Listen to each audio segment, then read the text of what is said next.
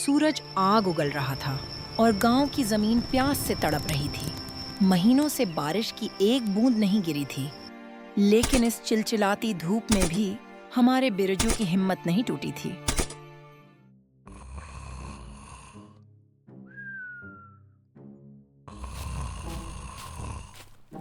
अरे ओ मंगल के बच्चे, उठ जा। सूरज आसमान से आग उगल रहा है और तू यहाँ सपनों में दावत उड़ा रहा है।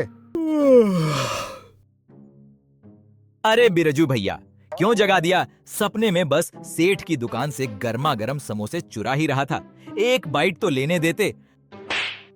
वो सब छोड़ और मेरे साथ नहर पर चल। भैया, नहर तो पूरी सूख गई, अब हमारी फसल पानी पिएगी कैसे? और फसल नहीं हुई तो हम क्या खाएंगे? वही तो चिंता है मंगल। अगर 2 दिन में पानी नहीं मिला तो हमारी दिन रात की सारी मेहनत इसी सूखी मिट्टी में मिल जाएगी। तभी सेठ धनीराम उधर से गुजरता है। अरे बिरजू, क्यों इस सूखी मिट्टी में अपना माथा फोड़ रहा है? आसमान ने तो पानी देना बंद कर दिया है। ये फसल तो अब सूख कर खाक हो जाएगी। लो, आ गए सेठ जी बिना मांगे अपना ज्ञान बांटने। मान जा बिरजू, मेरे गोदाम में बोरे उठाने का काम कर ले। कम से कम 2 वक्त की रोटी तो मिलेगी। सेठ तो हंसता हुआ चला गया, मगर बिरजू की आंखों में अब दर्द नहीं, कुछ कर दिखाने का जज्बा दिखाई दे रहा था। पूरे गांव ने उम्मीद छोड़ दी थी, लेकिन बिरजू अब भी अपने खेतों को पानी देने का रास्ता ढूंढ रहा था।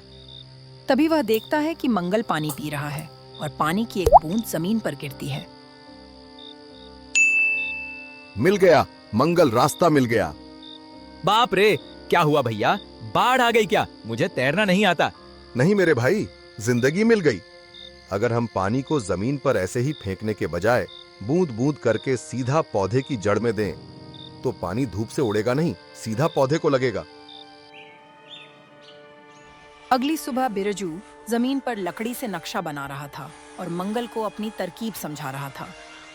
मतलब हर पौधे के ऊपर एक बोतल? भैया, अपने खेत में 1000 पौधे हैं, 1000 बोतलें कहाँ से लाएंगे? सेठ के गोदाम से चुरा लें।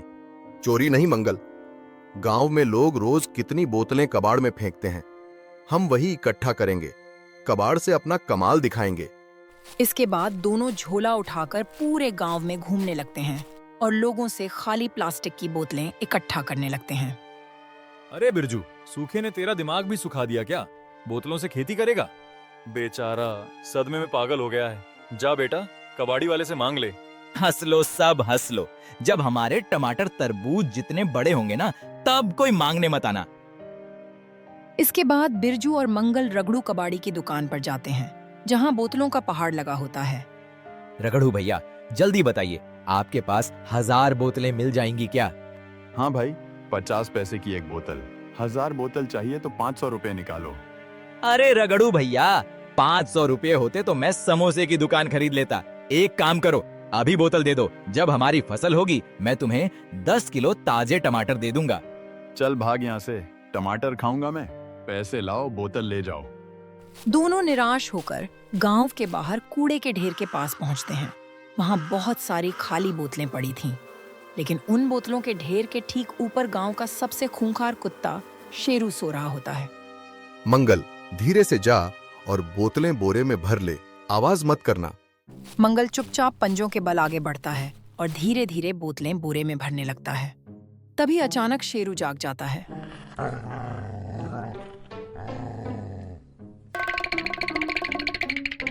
कुत्ता जोर से भौंकता है और मंगल के पीछे दौड़ पड़ता है।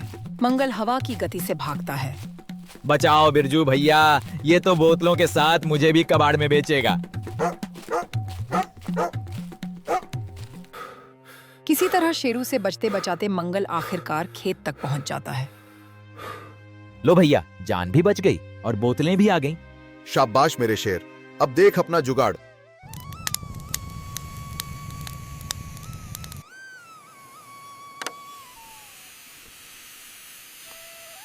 बिरजू बोतलों के ढक्कनों में छोटे छोटे छेद बना रहा था, जबकि मंगल खेत में बांस लगाने के लिए गड्ढे खोद रहा था। कुछ ही देर में पूरे खेत में बांस और बोतलों का जालीदार ढांचा तैयार हो जाता है। मंगल, आखिरकार हमारा जुगाड़ तैयार हो गया। अब पानी की कमी से कोई पौधा नहीं सूखेगा। हाँ भैया, अब हमें रोज कुएं से पानी लाकर इन बोतलों में डालना पड़ेगा। बस रोज थोड़ा पानी मिलता रहे तो ये खेत फिर से हरा हो जाएगा। चल मंगल, अब घर चलते हैं। बिरजू और मंगल अपने जुगाड़ से खुश थे, मगर दूर खड़ा सेठ धनीराम का चेला चुपचाप सब देख चुका था।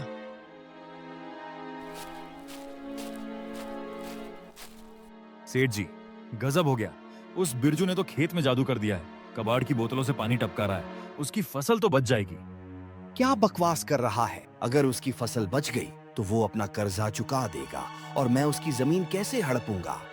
कुछ देर सोचने के बाद सेठ धनीराम की आंखों में एक नई चाल चमकने लगती है।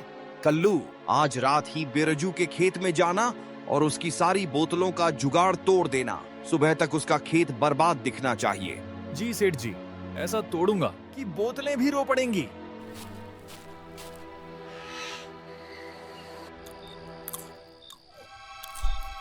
भैया, ये रात में खेत की रखवाली क्यों? हमारी बोतलें कोई सोने की थोड़ी हैं जो चोर चुरा ले जाएगा। सेठ धनीराम की नीयत ठीक नहीं है मंगल। मुझे डर है कि वो हमारी मेहनत खराब करने के लिए कोई चाल जरूर चलेगा। आप चिंता बहुत करते हो, मैं तो चला सोने। मंगल केला खाकर उसका छिलका वहीं फेंक देता है और सो जाता है। कल्लू मुंह पर काला कपड़ा बांधे दबे पांव खेत में घुसता है। उसके हाथ में डंडा है। वह इधर उधर देखकर चोरी छिपे आगे बढ़ता है। आज रात सारा खेल खत्म। पहले ये बोतलों का ढांचा तोड़ता हूँ, फिर पूरी फसल बर्बाद कर दूंगा। जैसे ही कल्लू आगे बढ़ता है, उसका पैर मंगल के फेंके हुए केले के छिलके पर पड़ जाता है और वह जोर से फिसल जाता है। अरे बाप रे, मेरी कमर टूट गई। मंगल, मैंने किसी के गिरने की आवाज सुनी। हाँ बिरजू भैया, मैंने भी सुनी। कौन है वहाँ?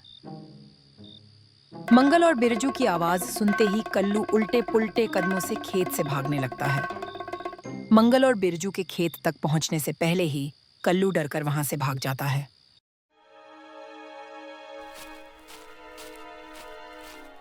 अबे कल्लू, ये हालत कैसे हुई? खेत तोड़ने गया था या कुश्ती लड़ने?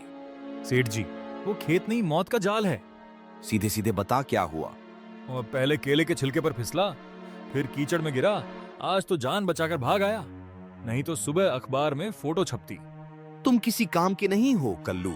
एक छोटा सा काम भी ढंग से नहीं कर पाए। अब मैं खुद मंगल और बिरजू को सबक सिखाऊंगा। कल्लू के नाकाम होने के बाद अगली रात सेठ धनीराम खुद बिरजू के खेत की तरफ निकलता है। उस बेवकूफ कल्लू से कोई काम नहीं होता। आज मैं खुद इस बिरजू के खेत का सारा ढांचा काट दूंगा। ना बांस रहेगा, ना बजेगी बांसुरी। जैसे ही सेठ आगे कदम बढ़ाता है, उसका पैर मंगल द्वारा खोदे गए गहरे गड्ढे के ऊपर रखे पतले घास फूस पर पड़ जाता है।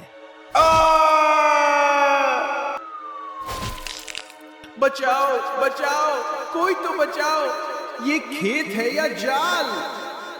बचाओ बचाओ। सेठ मदद के लिए बहुत गुहार लगाता है, लेकिन कोई नहीं आता। सुबह सुबह बिरजू और मंगल खेत की तरफ आते हैं। तभी अचानक उन्हें किसी की दर्द भरी आवाज सुनाई देती है। बचाओ बचाओ। भैया, किसी के चिल्लाने की आवाज आ रही है। हाँ, लगता है आवाज उसी गड्ढे से आ रही है जो तुमने कुआं बनाने के लिए खोदा था। चलो जल्दी, लगता है कोई उस गड्ढे में गिर गया है।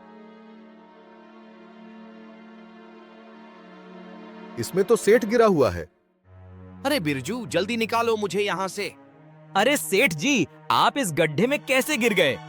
अरे पहले मुझे बाहर निकालो, फिर बताता हूँ। मंगल जल्दी से पास रखी लकड़ी की सीढ़ी उठाकर गड्ढे में डाल देता है। सेठ सीढ़ी पकड़कर धीरे धीरे ऊपर आ जाता है। अब बताइए सेठ जी, आप इस गड्ढे में कैसे गिरे? मंगल, बिरजू, मुझे माफ कर दो। मैं तुम्हारा बोतलों वाला जुगाड़ और फसल बर्बाद करने आया था ताकि तुम्हारी जमीन हड़प सकूं। अच्छा, तो आप कल रात से ही इस गड्ढे में पड़े थे? हाँ, मुझसे बहुत बड़ी गलती हो गई। मुझे माफ कर दो। मैं फिर कभी ऐसा नहीं करूंगा। ठीक है सेठ जी, अगर आपको अपनी गलती का एहसास हो गया है तो हम आपको माफ करते हैं। लेकिन आगे से किसी गरीब किसान का बुरा मत सोचिएगा। मेहनत और ईमानदारी का फल हमेशा मीठा होता है। जो दूसरों के लिए गड्ढा खोदता है वो खुद उसमें गिर जाता है।